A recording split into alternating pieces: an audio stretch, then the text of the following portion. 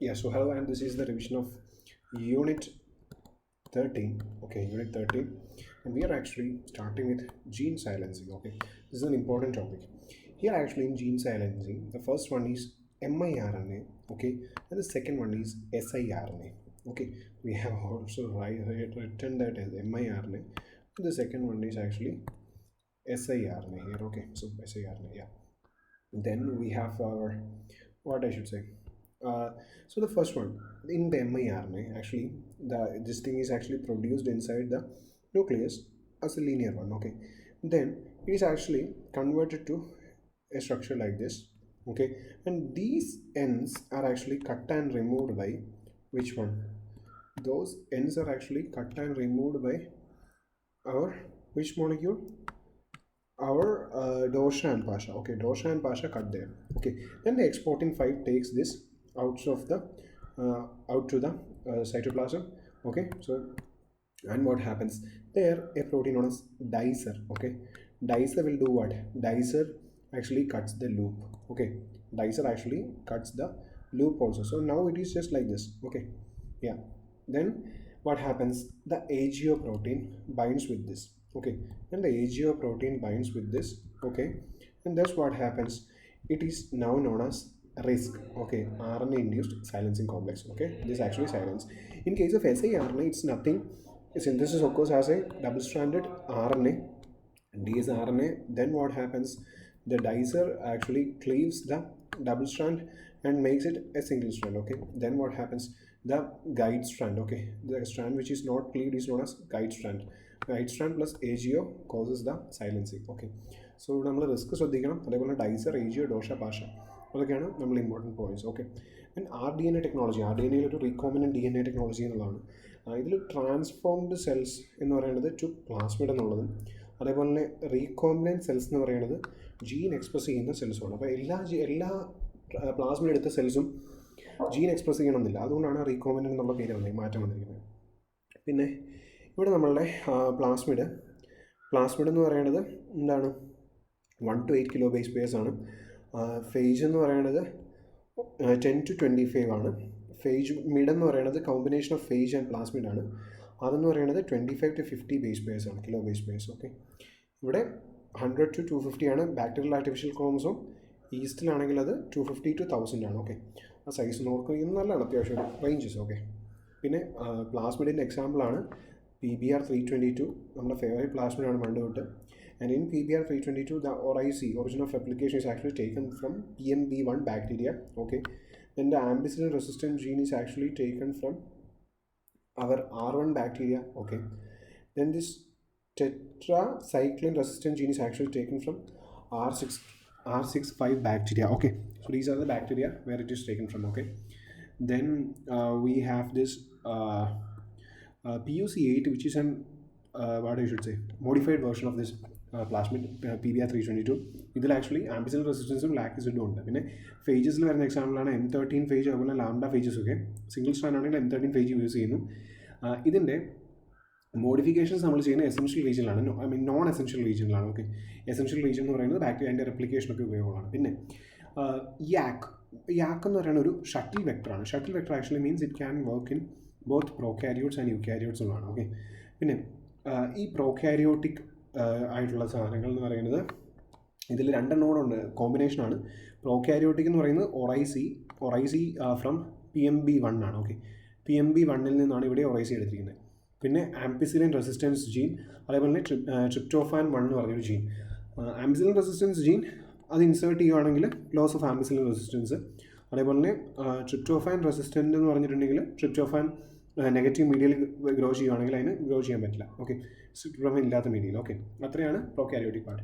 പിന്നെ eukaryotic part എന്ന് പറഞ്ഞിട്ടുണ്ടെങ്കിൽ ARS എന്ന് പറഞ്ഞിട്ടുണ്ടെങ്കിൽ ഓട്ടോമിക് റെപ്ലിക്കേഷൻ യൂണിറ്റ് നമുക്കറിയാം. പിന്നെ യുറാസിൽ ഫ്രീ മീഡിയയിൽ ഗ്രോ ചെയ്യുമ്പോൾ യുറാസിൽ പ്രൊഡ്യൂസിന് നടക്കാണ്ട് വരും, ആണ് യുറാത്രി.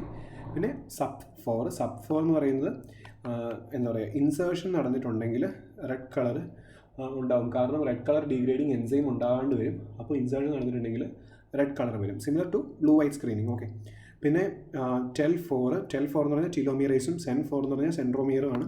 അതായത് പിന്നെ ഈ സാധനം നമ്മളുടെ യൂക്യാരിയോട്ടിൽ ചെന്ന് കഴിയുമ്പോൾ അത് ലീനിയർ ആയിട്ട് നിൽക്കും. ആ സമയത്ത് നമ്മളുടെ സെൻഫോർ ഇവരാണ് ടീലോമിയർ ആയിട്ടും സെൻട്രോമിയർ ആയിട്ടും ആക്ട് ചെയ്യുന്നത്. Okay, so that's an important concept. Then the DNA modification enzymes. In DNA modification enzymes, we have DNA polymerase 1, which is actually involved in DNA synthesis itself. So ഈ DNA polymerase 1 ഒരു important quality എന്ന് പറയുന്നത് അതിന് 5' to 3' exonuclease activity ഉണ്ട്. അതായത് polymerisation activity ഉള്ള അതേ വശത്തോടെ തന്നെ 5' to 3' തന്നെ ഒരു എക്സോന്യൂക്ലിയസ് ആക്ടിവിറ്റിയും കൂടെ ഉണ്ട്. ഈ എക്സോന്യൂക്ലിയസ് ആക്ടിവിറ്റി ഉള്ളതുകൊണ്ട് തന്നെ ഒരു ഗ്യാപ്പ് ഫില്ലിങ്ങിൻ്റെ കേസിൽ ഒരു ഗ്യാപ്പ് ഫില്ലിങ് വരുവാണെങ്കിൽ ആ ഒരു എൻറ്റയർ ഗ്യാപ്പിനെ ക്ലീവ് ചെയ്തതിന് ശേഷമാണ് അവരെന്ത് ചെയ്യുന്നത്, ഇവിടം ഫില്ല് ചെയ്യുന്നത്. ഓക്കെ, അതേസമയം ഈ പറഞ്ഞ ക്ലെന്യൂ ഫ്രാഗ്മെൻ്റ് എന്ന് പറഞ്ഞിട്ടുണ്ടെങ്കിൽ ഒരു മോഡിഫൈഡ് DNA പോളിമറൈസ് 1 ആണ്. ക്ലെന്യൂ ഫ്രാഗ്മെൻ്റ് എന്ത് ചെയ്യും, ഒരു ചെറിയ ഗ്യാപ്പ് ഫില്ല് ചെയ്യണമെങ്കിൽ അവിടെ മാത്രമേ ഫില്ല് ചെയ്യത്തുള്ളൂ. കാരണം വേറൊന്നും കൊണ്ടല്ല, Klenow fragment doesn't have this 5' to 3' exonuclease activity. Okay, 5' to 3' exonuclease activity ഇല്ല. പിന്നെ രണ്ടിനുള്ള ആക്ടിവിറ്റി എന്ന് പറയുന്നത് 5' to 3' പോളിമറൈസ് ആക്ടിവിറ്റി, അതേപോലെ തന്നെ 5' to 3' പോളിമറൈസ് ആക്ടിവിറ്റിയുടെ കൂടെ തന്നെ എന്തുണ്ട്, 3' to 5' എക്സോന്യൂക്ലിയസ് ആക്ടിവിറ്റി ഉണ്ട്. അതിന് വേണ്ടിയിട്ടുള്ളതാണ് 3' to 5' എന്ന എക്സോന്യൂക്ലിയസ് ആക്ടിവിറ്റി എന്ന് പറയുന്നത് എപ്പോഴും നമ്മളുടെ എന്തിനുള്ളതാണ്, എക്സോന്യൂക്ലിയസ് ആണ്. ഈ ഇതെന്ന് പറയുന്നത് ഒരു പ്രൂഫ് റീഡിങ് ആക്ടിവിറ്റിയാണ് 3' to 5' എന്ന് പറയുന്നത്. ഓക്കെ, പിന്നെ നമ്മൾ അടുത്തത് വരുന്നത് ന്യൂക്ലിയേസ് എൻസൈംസ് ആണ്. ന്യൂക്ലിയേസ് എന്ന് പറയുന്ന ഒരു ഇമ്പോർട്ടൻസ് എന്ന് പറഞ്ഞാൽ they don't have specific restriction sites. Okay, അതുകൊണ്ടാണ് ന്യൂക്ലിയേസ് എന്ന് പറയുന്നത്. മറ്റേ റെസ്ട്രിക്ഷൻ എൻഡോന്യൂക്ലിയസ് എന്ന് പറഞ്ഞാൽ അത് റെസ്ട്രിക്റ്റഡ് ടു സ്പെസിഫിക് സൈറ്റ്സ് ഉള്ളതുകൊണ്ടാണ് റെസ്ട്രിക്ഷൻ എൻഡോന്യൂക്ലിയസ് എന്ന് പേര് വന്നത്. ഓക്കെ, ഇതിൽ വരുന്നത് DE ആണ്, അത് BE ആണ്. ഓക്കെ, BE ആണ് ഇതിൽ വരുന്ന രണ്ടെണ്ണം, അതായത് BAL31 അതേപോലെ തന്നെ എക്സോന്യൂക്ലിയസ് 3. ഓക്കെ, അവർ എക്സോന്യൂക്ലിയസസ് ആണ്, DNA എക്സോന്യൂക്ലിയസസ് ആണ്.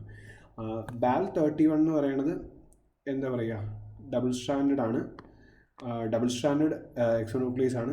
എക്സോന്യൂക്ലിയസ് 3 എന്ന് പറയുന്നത് സിംഗിൾ സ്റ്റാൻഡേർഡ് എക്സോന്യൂക്ലിയസ് ആണ്. ഓക്കെ, അപ്പോൾ അതിൽ ഡബിൾ സ്റ്റാൻഡ് അതേപോലെ സിംഗിൾ സ്റ്റാൻഡ് എന്നുള്ള കൺസെപ്റ്റ് ഓർത്ത് വെച്ചാൽ മതി. ഓക്കെ, ആദ്യം വരുന്നത് ഡബിൾ സ്റ്റാൻഡും രണ്ടാമത് വരുന്നത് സിംഗിൾ സ്റ്റാൻഡുമാണ്. പിന്നെ DNA എൻഡോന്യൂക്ലിയസസ് എന്ന് പറഞ്ഞിട്ടുണ്ടെങ്കിൽ എന്താ പറയുക, അതൊരു DNase 1 എന്ന് പറയുന്നത് DNA എൻഡോന്യൂക്ലിയസ് ആണ്. അപ്പോൾ നമ്മൾ DMS ആണ് ഓർത്തിരിക്കുന്നത്. പിന്നെ മങ് ബീൻ നമ്മൾ ഓർക്കുന്നത് വെച്ചാൽ അത് DNAയും RNAയും കട്ട് ചെയ്യുന്നൊരു സാധനമാണ്. ഓക്കെ, അതുകൊണ്ട് മങ് എന്ന് പറയുന്നത് എന്താണ്, അത് രണ്ടും ഉണ്ട്, DNAയും RNAയും ഉണ്ട്, രണ്ട് വാക്കുണ്ട് മങ് ബീൻ്റെ. അതുകൊണ്ട് തന്നെ DNAയും RNAയും കട്ട് ചെയ്യും.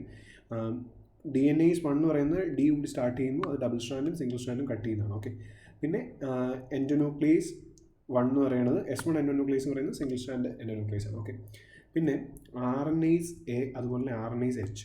RNase A എന്ന് പറയുന്നത് സിംഗിൾ സ്റ്റാൻഡ് എന്താണ്, സിംഗിൾ സ്റ്റാൻഡ് RNase ആണ്. RNase H എന്ന് പറയുന്നത് RNase 1 എന്ന് പറയുന്നത്, RNase A എന്ന് പറയുന്നത് സിംഗിൾ സ്റ്റാൻഡ് ആണ്. RNase H എന്ന് പറയുന്നത് ഹെട്രോഡ്യൂപ്ലക്സിനെയാണ് ക്ലെയിം ചെയ്യുന്നത്, H ഫോർ ഹെട്രോഡ്യൂപ്ലക്സ്, അങ്ങനെ ഓർത്താണ്. പിന്നെ റെസ്ട്രിക്ഷൻ എൻഡോന്യൂക്ലിയസ് ടൈപ്പ് 2 ആണ് കോമൺ ആയിട്ടുള്ളത്. അതിന് സൈറ്റ് റെസ്ട്രിക്റ്റഡ് ടു സൈറ്റ് ആണ്. ഓക്കെ, പിന്നെ ഈ terms are so important. Isoschizomers, neoschizomers and isocaudomers. Isoschizomers have same recognition site and same cutting site. Okay, അതിന് പറയുന്ന പേരാണ് എന്ത്, ഷൈസോമേഴ്സ്. പിന്നെ നിയോഷൈസോമേഴ്സ് എന്ന് പറയുന്നത്, neoschizomers are what I should say, same recognition site but different cutting site. പിന്നെ isocaudomers എന്ന് പറയുന്നത് എന്താ പറയുക, സ്ലൈറ്റ്ലി ഡിഫറെൻ്റ് ആണ് റെക്കഗ്നീഷൻ സൈറ്റ്, പക്ഷേ സിമിലർ ഓവർഹാങ്സിനെ പ്രൊഡ്യൂസ് ചെയ്യും. ഓക്കെ, പിന്നെ ഫ്രീക്വൻസി ഓഫ് കട്ടിംഗ് എന്ന് പറയുന്നത് എന്താ പറയുക, 4:n എന്നുള്ളതാണ് frequency of cutting. Okay, so 4:n, that's a good thing. 4:n അതായത് number of base pair in restriction site.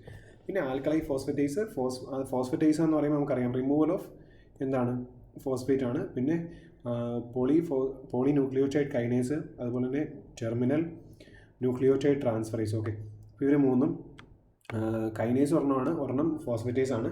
പിന്നെ ടെർമിനൽ ന്യൂക്ലിയോടൈഡ് ട്രാൻസ്ഫറേസ് എന്ന് പറഞ്ഞാൽ നമുക്ക് ഓൾറെഡി അറിയാം എന്താണ്, ടെർമിനൽ ന്യൂക്ലിയോടൈഡിനെ ട്രാൻസ്ഫർ ചെയ്യുന്ന ഒരു സാധനമാണ്. ടെർമിനൽ ന്യൂക്ലിയോടൈഡ് ട്രാൻസ്ഫറേസ് നമ്മൾ വേറെ എവിടെയും കൂടി കണ്ടായിരുന്നു, വാട്ട് എവർ ഹാപ്പൻസ്. എന്താണ് സംഭവം.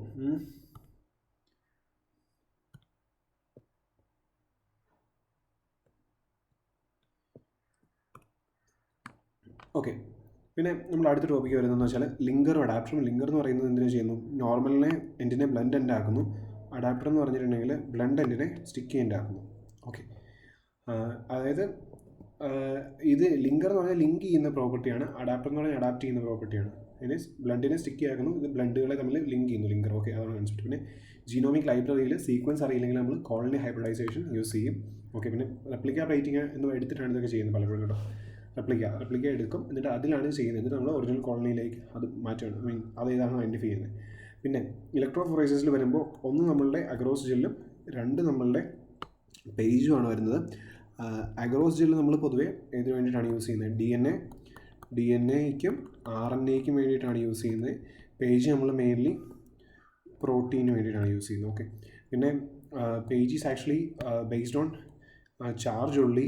പക്ഷേ this is agarose gel is actually based on size and charge. PAGE is actually based on size only. Okay, PAGE is actually based on size only, മറ്റേത് agarose gel is actually based on size and charge. അതായത് ഈ പേജിൽ വരുമ്പോൾ നമ്മൾ എന്താ ചെയ്യുന്നത് ചോദിച്ചിട്ടുണ്ടെങ്കിൽ ഈ SDS ആഡ് ചെയ്യും. SDS ആഡ് ചെയ്ത് നമ്മൾ പ്രോട്ടീൻ ഒരു നെഗറ്റീവ് ചാർജ് കൊടുക്കും. കാരണം പ്രോട്ടീൻ പലപ്പോഴും ഡിഫറൻറ്റ് ചാർജാണ് ഉള്ളത്. അതുകൊണ്ട് തന്നെ പ്രോട്ടീൻ നമ്മളൊരു കോമൺ നെഗറ്റീവ് ചാർജ് കൊടുത്തതിന് ശേഷമാണ് ഇത് വർക്ക് ചെയ്യുന്നത്. ഓക്കെ, പിന്നെ സ്റ്റോക്കിംഗ് ജെല്ലുണ്ട്. സ്റ്റോക്കിംഗ് ജെല്ല് 6.8 ആണ് pH. അതുകൊണ്ട് തന്നെ എന്ത് സംഭവിക്കും, നമ്മളുടെ ബഫറിലെ ഗ്ലൈസിൻ ഒരു സ്ലൈറ്റ് നെഗറ്റീവ് ചാർജ് അറ്റൈൻ ചെയ്യത്തുള്ളൂ. അതുകൊണ്ട് തന്നെ ഗ്ലൈസിൻ ഏറ്റവും ബാക്കിൽ, അതിൻ്റെ ഫ്രണ്ടിൽ SDS, അതിൻ്റെ ഫ്രണ്ടിൽ ക്ലോറിൻ എന്നുള്ളൊരു ഓർഡറിലാണ് സ്റ്റോക്കിംഗ് ജെല്ലിൽ അവർ അറേഞ്ച് ചെയ്യുന്നത്. പിന്നെ മറ്റേതിലാകുമ്പോഴേക്കും SDS ഏറ്റവും ബാക്കിലേക്ക് പോകും, ഗ്ലൈസിൻ കുറച്ചുകൂടി നെഗറ്റീവ് ചാർജ് കിട്ടുമ്പോൾ ഗ്ലൈസിൻ ഒരു സ്റ്റെപ്പ് ഫ്രണ്ടിലേക്ക് കയറി വരും. ഓക്കെ, അതൊരു pHൻ്റെ ചേഞ്ചിലാണ് ഇത് വരുന്നത്. പിന്നെ ഈ ഓരോന്നിൻ്റെയും ഫംഗ്ഷൻസ്, ഗ്ലൈസിൻ ബഫറിലാണ് കൊടുക്കുന്നത്, ഗ്ലിസറോഡ് വിസ്കോസിറ്റി, ടിമിഡ് പോളിമറൈസേഷൻ ഓഫ് ജെല്ലാണ്. പിന്നെ അങ്ങനെയാണ് DH2 ആണ് കംപ്ലീറ്റ് ഒരു ഇതിൻ്റെ ബേസ് കൊടുക്കുന്നത്, അല്ലാണ്ട് ഇതിന് ബേസിക് ചാർജ് എന്നുള്ളതല്ല കേട്ടോ. പിന്നെ ഈ രണ്ടെണ്ണം ഇതിൽ നിന്നും ക്വസ്റ്റ്യൻ വന്നിട്ടുള്ളതാണ്, അതായത് nature of page. Okay, nature of page എന്ന് പറയുന്നത് എന്താ പറയുക, റെഡ്യൂസിങ് പേജ് എന്ന്, അതുപോലെ തന്നെ നേറ്റീവ് പേജ് എന്ന് പറഞ്ഞിട്ടുണ്ടെങ്കിൽ എന്താണ്, ബേസ്ഡ് ഓൺ ചാർജ് ആൻഡ് സൈസാണ് അതിൻ്റെ സെപ്പറേഷൻ നടക്കുന്നത്. നോർമൽ പേജിൽ ചാർജ് സൈസ് മാത്രമേ ഉള്ളൂ. ഓക്കെ, പക്ഷേ നേറ്റീവ് പേജിൽ ബേസ്ഡ് ഓൺ ചാർജ് ആൻഡ് സൈസാണ് സെപ്പറേഷൻ നടക്കുന്നത്. റെഡ്യൂസിങ് പേജിൽ എന്താ പറയുക, ബീറ്റ മെർക്കാപ്റ്റോ ഇതിനോടുണ്ട്, അവർ ഡൈസൾഫൈഡ് ബോണ്ട് ക്ലീവ് ചെയ്യും. അതുകൊണ്ട് തന്നെ ഡിഫറൻ്റ് ആയിട്ടുള്ള ഹെട്രോമസ് ആണെങ്കിൽ പല ഇതിനെ ആയിട്ട് തരാനായിട്ട് റെഡ്യൂസിങ് പേജിന് സഹായിക്കും, അതായത് ബീറ്റ മെർക്കാപ്റ്റോ ഇതിനോടുണ്ടെങ്കിൽ. ഓക്കെ, പിന്നെ സീക്വൻസിങ്ങിൽ നമ്മളെ സാങ്കർ സീക്വൻസിങ് ചെയിൻ ടെർമിനേഷൻ ആണ്. അപ്പോൾ എന്താ ചെയ്യുന്നത് ചോദിച്ചാൽ, നമ്മളൊരു ചെയിൻ ഉണ്ടെങ്കിൽ ആ ചെയിൻ നമ്മൾ സിന്തസിസിനെ ടെർമിനേറ്റ് ചെയ്യും. അപ്പോൾ ടെർമിനേഷൻ നടക്കുന്നത് പല ലെങ്തിലായിരിക്കുമല്ലോ ഓരോ സീക്വൻസ് വരുന്നതനുസരിച്ച്. അപ്പോൾ നമ്മൾ 4 ടെസ്റ്റ് ട്യൂബ്സിൽ ഓരോന്നായിട്ട് ആഡ് ചെയ്തുകൊണ്ടിരിക്കുകയാണ്. 4 ടെസ്റ്റ് ട്യൂബ്സിൽ സീക്വൻഷ്യലായിട്ട് ആഡ് ചെയ്തുകൊണ്ടിരിക്കും. അങ്ങനെ ആഡ് ചെയ്തുകൊണ്ടിരിക്കുമ്പോൾ ഡിഫറൻഷ്യൽ സൈസുള്ള നമുക്ക് സാധനങ്ങൾ കിട്ടും, ഡിഫറൻഷ്യൽ സൈസുള്ള ഫ്രാഗ്മെൻറ്റ്സ് കിട്ടും. Okay, based on the chain. അപ്പോൾ നമ്മൾ എന്ത് ചെയ്യും, അതിനെ ഇലക്ട്രോഫോറൈസിസ് ചെയ്ത് കഴിയുമ്പോഴേക്കും നമുക്ക് ഇലക്ട്രോഫോറൈസിസിൽ ഒരു ബാൻഡിങ് പാറ്റേൺ കിട്ടും. ആ ബാൻഡിങ് പാറ്റേൺ അനലൈസ് ചെയ്യുമ്പോൾ നമുക്ക് സീക്വൻസ് ഐഡൻറ്റിഫൈ ചെയ്യാൻ പറ്റും. പിന്നെ മാക്സം ഗിൽബർട്ടിൽ ആക്ച്വലി എന്താ പറയുക, പൈപ്പറിഡിൻ യൂസ് ചെയ്ത് ഒരു ചെയിൻ ടെർമിനേഷനാണ് ആക്ച്വലി നടത്തുന്നത്. ഓക്കെ, ചെയിൻ കട്ടിങ് ആണ് നടത്തുന്നത്, അതായത് കെമിക്കൽ ഡീഗ്രഡേഷൻ ആണ് പറയുന്നത്. ഓക്കെ, അതിനുശേഷം നമ്മളെന്ന് വെച്ചാൽ A+G, T+C, അതുപോലെ C, ഈ 4 കോമ്പിനേഷനാണുള്ളത്. ഇതിനെ കട്ട് ചെയ്യാനായിട്ട് A+Gയെ കട്ട് ചെയ്യാൻ വേണ്ടിയിട്ട് ഫോമിക് ആസിഡും DMSഉം, ജിയുടെ ഭാഗത്ത് മോഡിഫിക്കേഷൻ നടത്തുന്നത് ഫോമിക് ആസിഡ് മാത്രം, T+C ആണെങ്കിൽ ഹൈഡ്രോസീൻ, C ആണെങ്കിൽ ഹൈഡ്രോസീനും NaCl. ഓക്കെ, ഇങ്ങനെ ഈ മോഡിഫിക്കേഷൻസ് നടത്തിയതിന് ശേഷം പൈപ്പറിഡാണ് കട്ട് ചെയ്യുകയും അങ്ങനെ കട്ട് ചെയ്ത് കിട്ടുന്ന ഫ്രാഗ്മെൻസിനെ നമ്മൾ ഇവിടെ ഈ പറഞ്ഞ ഇതിൽ റൺ ചെയ്യുകയാണ് ചെയ്യുന്നത്. അങ്ങനെ വരുമ്പോൾ നമുക്ക് എവിടെയൊക്കെ ഈ പറഞ്ഞ ബാൻഡിങ് പാറ്റേൺ കിട്ടുന്നുണ്ട് എന്നുള്ളതാണ് ഒരു പോയിന്റ്. പിന്നെ നമ്മൾ A+Cയും അതേപോലെ തന്നെ Cയും വരുന്നു. അപ്പോൾ ഇതൊരു എക്സാമ്പിളാണ്. ഓക്കെ, അപ്പോൾ ഇവിടെയും ഒരു പാറ്റേൺ വരുന്നു, ഇവിടെ ഒരു പാറ്റേൺ വരുന്നു. ഓക്കെ, അടുത്തതിൽ എന്ത് സംഭവിക്കുന്നു, ഇവിടെ മാത്രം ഒരു പാറ്റേൺ വരുന്നു. അപ്പോൾ ഇങ്ങനെ വരുമ്പോൾ ഈ ഫസ്റ്റിൽ വരുന്നത് ഏതായിരിക്കും, ഈ ഫസ്റ്റിൽ വരുന്നത് C ആയിരിക്കും. കാരണം C ഇവിടെയും പ്രസൻ്റാണ്, ഇവിടെയും പ്രസൻ്റാണ്, C ആയിരിക്കും. പക്ഷേ ഇവിടെ മാത്രം വരുന്നൊരു കാരണം അത് A ആയിരിക്കും. ഓക്കെ, അപ്പോൾ ഈ ഒരു കാര്യം മാത്രം നമ്മൾ ഓർക്കാനുണ്ട്. പിന്നെ എപ്പോഴും താഴ്വശത്ത് വരുന്ന 5' ആയിരിക്കും, ഇവിടെ വരുന്ന 3' ആയിരിക്കും. കാരണം സിന്തസിസ് നടക്കുന്ന ഏറ്റവും ആദ്യമുള്ള ഭാഗം ഏറ്റവും പെട്ടെന്ന് പോകും, കാരണം അതായിരിക്കും സ്മോളർ ഫ്രാഗ്മെൻറ്റ്സ്. ഓക്കെ, സോ അതാണ് അതിൽ വരുന്നൊരു കാര്യം. പിന്നെ അടുത്തതായിട്ട് വരുന്നത് പൈറോ സീക്വൻസിങ് ആണ്. പൈറോ സീക്വൻസിങ്ങിൽ എന്താണ് പറയുക, ഒരു നമ്മൾ ഈ പറഞ്ഞ പൈറോഫോസ്ഫേറ്റ്സ് റിമൂവ് ആകുന്നുണ്ടല്ലോ, നമ്മളുടെ ഇതിൻ്റെ എൻഡിൽ നിന്നുള്ള DNA എൻഡിൽ നിന്നുള്ള പൈറോഫോസ്ഫേറ്റ്സ് റിമൂവ് ആകുന്നുണ്ടല്ലോ. അപ്പോൾ ഈ പൈറോഫോസ്ഫേറ്റ്സ്, ഈ 2 പൈറോഫോസ്ഫേറ്റ്സ് റിമൂവ് ആകുന്നതിനെ നമ്മൾ എന്തിലേക്ക് ചെയ്യും, APSലേക്ക്, അതായത് അഡിനോസിൻ ഫോസ്ഫോസൾഫേറ്റിലേക്ക്. ഓക്കെ, അഡിനോസിൻ ഫോസ്ഫോസൾഫേറ്റിലേക്ക് കൂട്ടിയിട്ട് അതിനെ ATP ആക്കുവാണ്. ഓക്കെ, ATP ഫോം ചെയ്തതിന് ശേഷം ആ ATPയെ ആ ATP നമ്മൾ എന്ത് ചെയ്യും, ആ ATP ലൂസിഫറിൻ്റെ കൂടെ കമ്പൈൻ ചെയ്തിട്ട് എന്തുണ്ടാവും, ഓക്സി ലൂസിഫറിനുണ്ടാവും. അങ്ങനെ ലൈറ്റ് പ്രൊഡക്ഷനാണ് നടക്കുന്നത്. ഓക്കെ, സോ അതാണ് പൈറോ സീക്വൻസിങ്. പിന്നെ നെക്സ്റ്റ് ജനറേഷൻ സീക്വൻസിങ് നമ്മൾ അധികം ഇൻ ഡെപ്ത് പോകുന്നില്ല. അഡാപ്റ്റർ ലൈഗേറ്റ് ചെയ്യുന്നു, പിന്നെ അഡാപ്റ്റർ ബേസ്ഡ് പ്രൈമേഴ്സ് ഉപയോഗിച്ച് നമ്മൾ സിന്തസിസ് നടത്തുന്നു, പിന്നെ reversible chain termination. So I am not into that concept too much. Okay, പിന്നെ ഡയറക്റ്റ് ലൈസ, ഇൻഡയറക്റ്റ് ലൈസ എന്നൊക്കെയുള്ള കൺസെപ്റ്റുകൾ. ഡയറക്റ്റ് ലൈസയിൽ ആക്ച്വലി എന്താണ് നടക്കുക, ആൻറ്റിജൻ ഫ്രം ബ്ലഡ് ആണ്, പിന്നെ അതേപോലെ ടാഗ്ഡ് ആൻറ്റിബോഡിയാണ് നമ്മൾ യൂസ് ചെയ്യുന്നത്. Okay, so antigen from blood ഇവിടെ ഉണ്ട്, അതിലേക്ക് നമ്മൾ ടാഗ്ഡ് ആൻറ്റിബോഡി യൂസ് ചെയ്യുക. അതുകൊണ്ട് തന്നെയാണ് നമുക്ക് ഈ ടാഗ്ഡ് ആൻറ്റിബോഡിയും ആൻറ്റിജനും കൂടെ ഡയറക്റ്റ് ഇൻട്രാക്ഷൻ വരുന്നതുകൊണ്ടാണ് നമ്മൾ അതിനെ ഡയറക്റ്റ് ലൈസ് എന്ന് വിളിക്കുന്നത്. പിന്നെ ഇൻഡയറക്റ്റിൽ നമ്മൾ ഡിറ്റക്ട് ചെയ്യുന്നത് എന്തിനാണ്, ആൻറ്റിബോഡിയാണ് ഡിറ്റക്ട് ചെയ്യുന്നത്. ഇവിടെ നമ്മൾ ഡിറ്റക്ട് ചെയ്യുന്നത് ആൻറ്റിജനാണ്. ഓക്കെ, അപ്പോൾ നമ്മൾ ഇതിലെന്ത് ചെയ്യുന്നു ചോദിച്ചാൽ, ഇൻഡയറക്റ്റിൽ എന്ത് ചെയ്യുന്നു ചോദിച്ചാൽ ആൻറ്റിബോഡി ഉള്ള ഒരു പ്ലേറ്റ് നമ്മൾ എടുക്കുകയാണ്. ഓക്കെ, ആൻറ്റിബോഡി ഉള്ളൊരു പ്ലേറ്റ് നമ്മൾ എടുക്കുന്നു. എല്ലാ പ്ലേറ്റും ബ്ലോക്ക് ചെയ്യണം കേട്ടോ, കാരണം ഫാൾസ് റിസൾട്ട് കിട്ടാതിരിക്കും. അപ്പോൾ ആൻറ്റിബോഡിയെ നമ്മൾ എടുക്കുന്നു, ആൻറ്റിബോഡി എടുത്തതിന് ശേഷം ആൻറ്റിജൻ എടുക്കുന്നു നമ്മൾ പർച്ചേസ് ചെയ്ത്, എന്നിട്ട് നമ്മൾ ബ്ലഡിലുള്ള ഒരു ആൻറ്റിജനെ നമ്മളവിടെ അറ്റാച്ച് ചെയ്യിക്കുന്നു. ഓക്കെ, ബ്ലഡിലുള്ള ഒരു ആൻറ്റിബോഡി നമ്മൾ അറ്റാച്ച് ചെയ്യിപ്പിക്കുന്നു നമ്മുടെ ഫിക്സ്ഡ് ആൻറ്റിജനിലേക്ക്. അതിനുശേഷം എന്ത് ചെയ്യുന്നു, അതിനുശേഷം ഒരു സെക്കൻഡറി ആൻറ്റിബോഡി വെച്ച് ഇതിനെ ടാഗ് ചെയ്യുന്നു.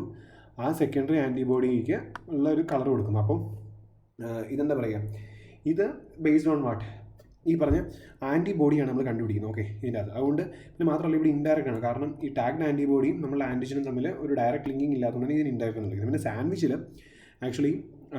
സാൻഡ്വിച്ചിൽ ഈ പറഞ്ഞ പോലെ ഇവിടെ ആൻറ്റിബോഡി നിർത്തുന്നു, ആൻറ്റിബോഡിയിലേക്ക് നമ്മളുടെ ആൻറ്റിജനെ ആഡ് ചെയ്യുന്നു, അതിൻ്റെ മുകളിലേക്ക് സെക്കൻഡറി ആൻറ്റിജൻ ആഡ് ചെയ്യുന്നു. അപ്പോൾ ഇത് ഹൈലി സ്പെസിഫിക് ആണ്. ഓക്കെ, ഈ സാൻഡ്വിച്ച് ലൈസ ഈസ് ഹൈലി സ്പെസിഫിക്, അതാണ് ഒരു പോയിൻ്റ്. പിന്നെ എന്താ പറയുക, അതിൽ നമ്മളുടെ അതും ബേസിക്കലി നമ്മളുടെ ആൻറ്റിജന് വേണ്ടിയിട്ടുള്ളതാണ്. ഓക്കെ, ആൻറ്റിജനാണ് ഇവിടെ നമ്മൾ ഐഡൻറ്റിഫൈ ചെയ്യുന്ന മോളിക്യൂൾ. Okay, antigen. ഓക്കെ,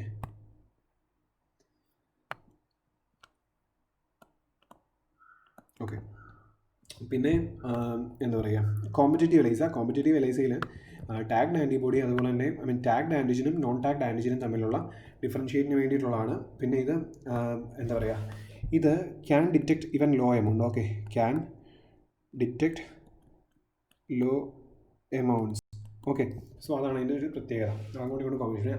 റിയയിൽ വരുന്നതെന്ന് പറഞ്ഞാൽ ബേസിക്കലി എന്താ പറയുക, ഈ രണ്ടും കൂടിയുള്ള ആൻറ്റിജനും ആൻറ്റിബോഡിയും കൂടെ ഉള്ളൊരു കോമ്പറ്റീഷൻ തന്നെയാണ് നടക്കുന്നത്. അല്ല, ആൻറ്റിബോഡി അതുപോലെ രണ്ട് ആൻറ്റിബോഡീസ് തമ്മിലുള്ള കോമ്പറ്റീഷൻ തന്നെയാണ് ഇവിടെ നടക്കുന്നത്. പക്ഷേ ഇവിടെ ചെയ്യുന്നതെന്ന് പറഞ്ഞിട്ടുണ്ടെങ്കിൽ റേഡിയോ ലേബലിംഗ് ആണ്. ഓക്കെ, റേഡിയോ ലേബലിംഗ് ആണ്. അതായത് നമ്മൾ ആദ്യം നമ്മളുടെ ആൻറ്റിബോഡി വയ്ക്കുന്നു, ആൻറ്റിബോഡി വയ്ക്കുന്നു, അതിലേക്ക് റേഡിയോ ലേബിൾഡ് ആയിട്ടുള്ള ആൻറ്റിജൻസ് വയ്ക്കുന്നു. അതിനുശേഷം ഈ നോൺ റേഡിയോ ലേബിൾഡ് ആയിട്ടുള്ളതിന് നമ്മൾ കൊടുക്കുകയാണ്. ഓക്കെ, നോൺ റേഡിയോ ലേബിൾഡ് ആയിട്ടുള്ളതിന് നമ്മൾ ഇട്ട് കൊടുക്കുന്നു. ഈ നോൺ റേഡിയോ ലേബിൾഡിൽ എത്ര എണ്ണം അറ്റാച്ച് ചെയ്യുന്നുണ്ടെന്നനുസരിച്ച് എന്ത് വരുന്നു, എത്ര എണ്ണം അറ്റാച്ച് ചെയ്യുന്നുണ്ടെന്നനുസരിച്ച് നമ്മൾ അതിൻ്റെ കോൺസെൻട്രേഷൻ ഐഡൻറ്റിഫൈ ചെയ്യുന്നതാണ്. ഓക്കെ, പിന്നെ ഈ പറഞ്ഞ ഈസ്റ്റ് ആർട്ടിഫിഷ്യൽ സിസ്റ്റം, അതിൽ ആക്ച്വലി ഒരു ട്രാൻസ്ക്രിപ്ഷൻ ഫാക്ടറിന് രണ്ട് ഡൊമൈൻസ് ഉണ്ട്, ബൈൻഡിങ് ഡൊമൈനും ഉണ്ട്, ആക്ടിവേഷൻ ഡൊമൈനും ഉണ്ട്. ഓക്കെ, അപ്പോൾ ഈ ബൈൻഡിങ് ഡൊമൈനെയും ആക്ടിവേഷൻ ഡൊമൈനെയും സെപ്പറേറ്റ് ചെയ്തതിന് ശേഷം അതിലേക്ക് നമ്മൾ പ്രോട്ടീൻസിനെ ആഡ് ചെയ്യുകയും, അപ്പോൾ ഈ പ്രോട്ടീൻസ് തമ്മിലുള്ള ഇൻട്രാക്ഷൻ ബേസിസിൽ ഇതിൻ്റെ ട്രാൻസ്ക്രിപ്ഷൻ നടക്കുകയും നടക്കാതിരിക്കുകയും ചെയ്യും. ഓക്കെ, സോ അതാണ് നമ്മളുടെ ഇവിടുത്തെ എന്താ പറയുക ബേസിക് കൺസെപ്റ്റ് എന്ന് പറയുന്നത്. Okay, so that's our concept here. Yeast artificial, അതേപോലെ കോയിമ്യൂണോ പ്രസിപ്പിറ്റേഷൻ കോപ്പ് എന്ന് പറയും. അതെന്ന് പറഞ്ഞാൽ പ്രോട്ടീൻ ടു പ്രോട്ടീൻ ഇൻട്രാക്ഷനാണ്. പിന്നെ ക്രോമാറ്റിൻ ഇമ്മ്യൂണോ പ്രസിപ്പിറ്റേഷൻ എന്ന് പറഞ്ഞാൽ പ്രോട്ടീൻ ടു DNA ഇൻട്രാക്ഷൻ, അതേപോലെ RIP എന്ന് പറഞ്ഞാൽ RNA ടു പ്രോട്ടീൻ ഇൻട്രാക്ഷനാണ് അതിലെടുക്കുന്നത്. ഓക്കെ, പിന്നെ നമ്മളുടെ 10ാമത്തേത് ജീൻ നോക്കൗട്ടാണ്. ജീൻ നോക്കൗട്ടിൽ നമ്മളൊരു ഫങ്ഷണൽ ജീൻ ഉണ്ടെങ്കിൽ ആ ഫങ്ഷണൽ ജീനിൻ്റെ കുറച്ച് ഭാഗം നമ്മൾ റിമൂവ് ചെയ്തതിന് ശേഷം അവിടെ നമ്മൾ ഈ പറഞ്ഞ രണ്ട് ടൈപ്പ് ജീൻസിനെ ആഡ് ചെയ്യുകയാണ്. ഒന്നെന്ന് പറയുന്നത് നമ്മളുടെ എന്ത് ജീനെയാണ്, നമ്മളുടെ ഈ നിയോമൈസിൻ റെസിസ്റ്റൻസ് ജീനെ ആഡ് ചെയ്യുന്നു. അടുത്തതായിട്ട് നമ്മളുടെ TK ജീനെയും കൂടി ആഡ് ചെയ്യുന്നു. ഓക്കെ, നിയോമൈസിൻ റെസിസ്റ്റൻസ് ജീന്, അടുത്തതായിട്ട് നമ്മളുടെ TK ജീന്. ഓക്കെ, TK ജീനെയും കൂടി ആഡ് ചെയ്യുന്നു. ഓക്കെ, അപ്പോൾ ഈ രണ്ട് ജീൻസ്, അപ്പം TK ജീൻ ഈസ് ഫോർ എന്ത് ഗാൻസിക്ലോവിർ സെൻസിറ്റിവിറ്റി. ഓക്കെ, സോ അങ്ങനെയാണ് TK ജീനും കൂടി വരുന്നത്. അതിനുശേഷം ഈ രണ്ട് ജീനുകളും എന്ത് സംഭവിക്കും, ഈ രണ്ട് ജീനുകളും കൂടെ തമ്മിലുള്ള ഇൻട്രാക്ഷൻ, അതായത് ഇപ്പോൾ പോസിറ്റീവായിട്ട് കറക്റ്റാണ് ഇൻസേർഷൻ നടന്നിരിക്കുന്നതെന്നുണ്ടെങ്കിൽ എന്ത് സംഭവിക്കും, നിയോമൈസിൻ റെസിസ്റ്റൻസ് ആയിരിക്കും, ഗാൻസിക്ലോവിർ ഇൻസെൻസിറ്റീവ് ആയിരിക്കും. ഓക്കെ, അതൊന്നും നോക്കേണ്ട ഒരു പോയിൻ്റാണ്. ഗാൻസിക്ലോവിർ ഇൻസെൻസിറ്റീവ് ആയിരിക്കും. കറക്റ്റായിട്ടല്ല ഇൻസേർഷൻ നടന്നിരിക്കുന്നുണ്ടെങ്കിൽ എന്തായിരിക്കും, നിയോമൈസിൻ റെസിസ്റ്റൻസ് ആയിരിക്കും, പക്ഷേ ഗാൻസിക്ലോവിർ സെൻസിറ്റീവ് ആയിരിക്കും. ഓക്കെ, പ്രോപ്പർ അല്ലെങ്കിൽ പിന്നെ നിയോമൈസിൻ, അതായത് ഇപ്പോൾ ഒരു ഇൻസേർഷൻ നടന്നിട്ടില്ല എന്നുണ്ടെങ്കിൽ നിയോമൈസിൻ റെസിസ്റ്റൻ്റ് ആയിരിക്കില്ല, ഗാൻസിക്ലോവിർ സെൻസിറ്റീവ് ആയിരിക്കും. ഓക്കെ, സോ അത്രയാണ് വരുന്നത്. അപ്പോൾ ഒരു എന്താ പറയുക, നോൺ കറക്റ്റ് ആയിട്ടുള്ള ഒരു ഇൻസേർഷനിൽ മാത്രമാണ് ഏത് ഗാൻസിക്ലോവിർ സെൻസിറ്റിവിറ്റി വരുന്നത്. ഓക്കെ, സോ ബാക്കി നമുക്ക് അടുത്ത വീഡിയോയിൽ കാണാം.